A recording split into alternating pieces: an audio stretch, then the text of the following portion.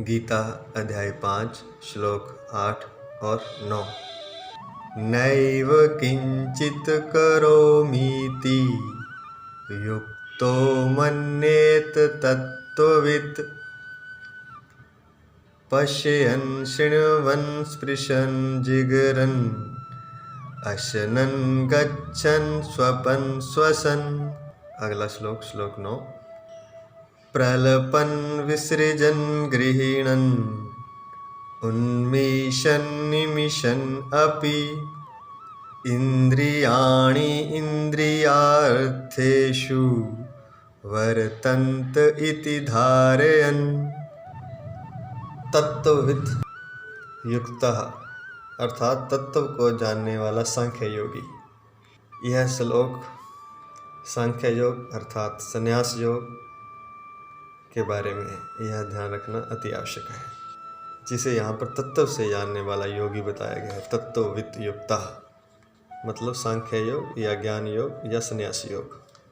श्लोक 8 के और 9 के एक एक शब्द के अर्थ को लेते हैं। तत्त्ववित् युक्तः तत्व को जानने वाला सांख्य योगी तो पश्यन् देखता हुआ, शृण्वन् सुनता हुआ, स्पृशन् स्पर्श करता हुआ, जिगरन् सूंघता हुआ, अश्नन् भोजन करता हुआ, गच्छन् गमन करता हुआ, स्वपन सोता हुआ या कहें स्वपन देखता हुआ अर्थात सोता हुआ, श्वसन श्वास लेता हुआ, प्रलपन बोलता हुआ, विसृजन त्यागता हुआ, गृहीणन ग्रहण करता हुआ तथा उन्मीषण आँखों को खोलता और निमिषण मूंदता हुआ, अपि इंद्रियाणि इंद्रिया अर्थेषु भी सब इंद्रियां अपने अपने अर्थों में वर्तन्ते वर्त रही हैं। इति धारयन् एव इति इस प्रकार समझकर निस्संदेह मन्येत माने कि मैं किंचित न करोमि कुछ भी नहीं करता हूँ। थोड़ी सी व्याख्या इस श्लोक की लंबी हो जाएगी। यहाँ पर वैसे तो संन्यास योग की बात की गई है, जो संसार के क्रियाकलापों को मोह आदि को छोड़कर, रिश्तों नातों को छोड़कर सन्यासी हो जाता है और साधना में रत हो जाता है। लेकिन वास्तव में संन्यास योग वो है जो यहाँ पर बताया गया है। सब जीविका के कर्मों को और रिश्तों नातों को छोड़कर सन्यासी हो जाना, वह भी एक इस साधना में बहुत ही सहयोगी है। लेकिन मुख्यतः उसे करना क्या है? जरूरी नहीं कि जंगल जाकर के कोई सन्यासी होता है, यहाँ रहकर भी सन्यासी हो सकता है, बशर्ते कि उसी के बारे में बताया है। क्या शर्तें? बशर्ते कि क्या? देखता हुआ, सुनता हुआ, स्पर्श करता हुआ, सूंघता हुआ, भोजन करता हुआ, गमन करता हुआ, सोता हुआ, श्वास लेता हुआ, बोलता हुआ, त्यागता हुआ, ग्रहण करता हुआ, आँखों को खोलता और मूंदता हुआ भी सब इंद्रियां अपने अपने अर्थों में बरत रही हैं। इस प्रकार समझकर निस्संदेह ऐसा माने कि मैं कुछ भी नहीं करता हूँ। कौन माने ऐसा? तत्व को मानने वाला, जानने वाला सांख्य योगी। यह अपने आप में एक साधना है। अर्थात वह यह माने कि मैं शरीर नहीं हूँ, मैं आत्मा हूँ। मन, शरीर और इंद्रियों से होने वाली संपूर्ण क्रियाओं के प्रति कर्तापन का अभिमान त्याग दे और कर्तापन का अभिमान त्याग कर सच्चिदानंद घन परमात्मा में एक ही भाव से स्थित रहे। निरंतर उसका ध्यान परमात्मा में केंद्रित रहे, स्थित रहे, अर्थात आत्मा में स्थित रहे। और ऐसा माने कि इंद्रियों के अर्थों में बरत रही हैं, अर्थात सब इंद्रियां अपने आप ही कार्य कर रही हैं, मैं करने वाला नहीं हूँ। इसी का नाम सांख्य योग, ज्ञान योग, संन्यास योग आदि है। ये जो सारी क्रियाएं बताई, ये सारी क्रियाएं करता हुआ वह यह मानता रहे कि मैं कुछ भी नहीं करता हूँ, मैं तो साक्षी हूँ, ऐसा कह सकते हैं। लेकिन साक्षी से भी यह बहुत आगे की बात है। साक्षी तो खाली साक्षी हो जाता है, एक तरह से वह उदासीन सा हो जाता है, कर्मों को दूर से देखता है। लेकिन यहाँ पर सांख्य योगी आत्मा में भी स्थित रहता है, एक ही भाव से, अर्थात वह आत्मा में रमण करता हुआ सब क्रियाओं के प्रति जो शरीर से, मन से और इंद्रियों से हो रही हैं, उनके प्रति ऐसा भाव रखे कि मैं कुछ भी नहीं करता हूँ, मैं निमित्त मात्र हूँ। भाव ही ना रखे ऐसा वह माने। इति मन्यते इति मन्येत किंचित न करोमि, ऐसा माने कि मैं कुछ भी नहीं करता हूँ। अब पता कैसे चलेगा कि वह साक्षी भाव में या आत्मा में स्थित हो गया है या नहीं, सफलता का कैसे पता चलेगा, उसका भी इसी श्लोक में संकेत दिया गया है।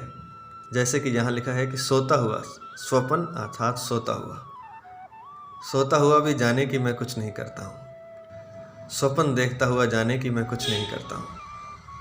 अर्थात कहने का तात्पर्य है कि स्वप्न में भी या नींद में भी वह जाग जाए कि मैं सो रहा हूँ, कि मैं स्वप्न देख रहा हूँ, अर्थात नींद में भी स्वप्न में भी वह साक्षी हो जाए, तो समझ लीजिए कि बात पूर्ण हो गई। क्योंकि नींद और समाधि का हमें कभी पता नहीं चलता, कब नींद आती है, कब हम उठ जाते हैं, ये हमारे वश में नहीं है। ठीक नींद के क्षण में हम बेहोश हो जाते हैं, नींद आने वाली होती है जब, और जब उठते हैं उससे पहले हम बेहोश होते हैं। उठने पर पता चलता है कि मैं जाग गया। कब जागा ये नहीं पता चलता, कब सोया ये नहीं पता चलता। और स्वप्न का तो पता ही क्या चलना है कि स्वप्न देख रहा हूँ और स्वप्न में मैं अलग हूँ, ऐसा तो हो ही नहीं सकता।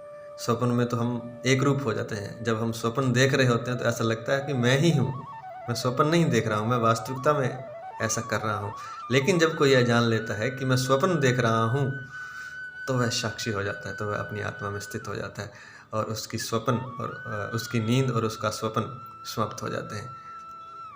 अर्थात नींद और स्वप्न में भी जाने कि मैं कुछ भी नहीं कर रहा हूँ, मैं ना सो रहा हूँ, ना मैं स्वप्न देख रहा हूँ, मैं अलग हूँ, मैं साक्षी हूँ, मैं आत्मा हूँ। तो यह एक साधना है जो कि सांख्य योगी या संन्यास योगी करता है। वह यह मानता है कि मैं शरीर और शरीर से होने वाली क्रियाएं, मन और मन से होने वाले विचार, इंद्रियां और इंद्रियों से होने वाली क्रियाओं से अलग हूँ। मैं करने वाला नहीं हूँ, मैं करता नहीं हूँ। स्वतः ही यह क्रियाएं अपने आप प्रभु की प्रेरणा से हो रही हैं, प्रभु की शक्ति से हो रही हैं।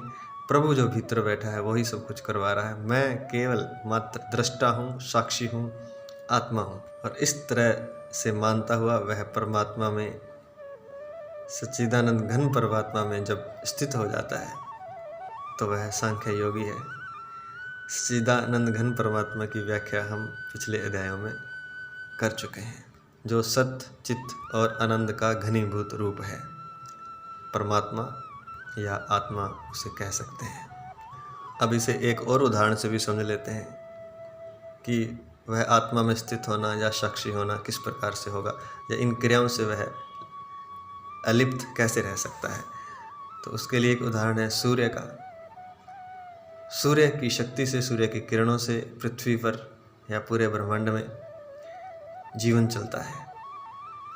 पृथ्वी पर पूरा जीवन सूर्य के प्रकाश से चलता है। पेड़ पौधों का बढ़ना, दिन रात का बनना, जो भी क्रियाएं पृथ्वी पर होती हैं सब सूर्य के प्रकाश से होती हैं, सूर्य द्वारा होती हैं, सूर्य से शक्ति से होती हैं। पृथ्वी का घूमना आदि सभी कुछ, ग्रह उपग्रह जो घूम रहे हैं, सब कुछ सूर्य की शक्ति से चल रहा है। केंद्र में सूर्य है, लेकिन सूर्य हमेशा अलिप्त है इन सभी क्रियाओं में। वह साक्षी है, वह अपने आप में, अपने प्रकाश में स्थित है।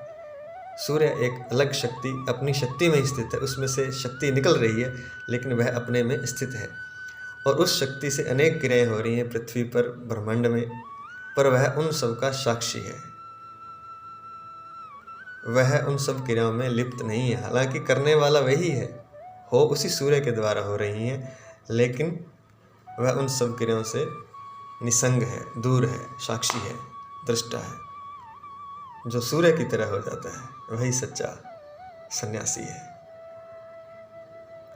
अर्थात उस द्वारा जो भी क्रियाएं हो रही हैं, जो भी आनंद संसार में फैल रहा है, जो भी सुख वह सन्यासी किसी को दे रहा है अपनी साधना के द्वारा, अपनी समाधिस्थ स्थिति के द्वारा, जो भी उससे मार्गदर्शन प्राप्त कर रहे हैं, जो भी उससे ज्ञान प्राप्त कर रहे हैं, वह उन सब का साक्षी रहता है। वह कभी नहीं कहता कि मेरे कारण ऐसा हुआ। अगर कोई ऐसा कहता है तो वह सच्चा संत नहीं है। जैसे अगर कोई ऐसा भी कह दे कि इस पेड़ को मैंने उगाया है, तो सूर्य कहने नहीं आता कि मेरी शक्ति से ये पेड़ बड़ा हुआ है। वह कभी विरोध करने भी नहीं आता है।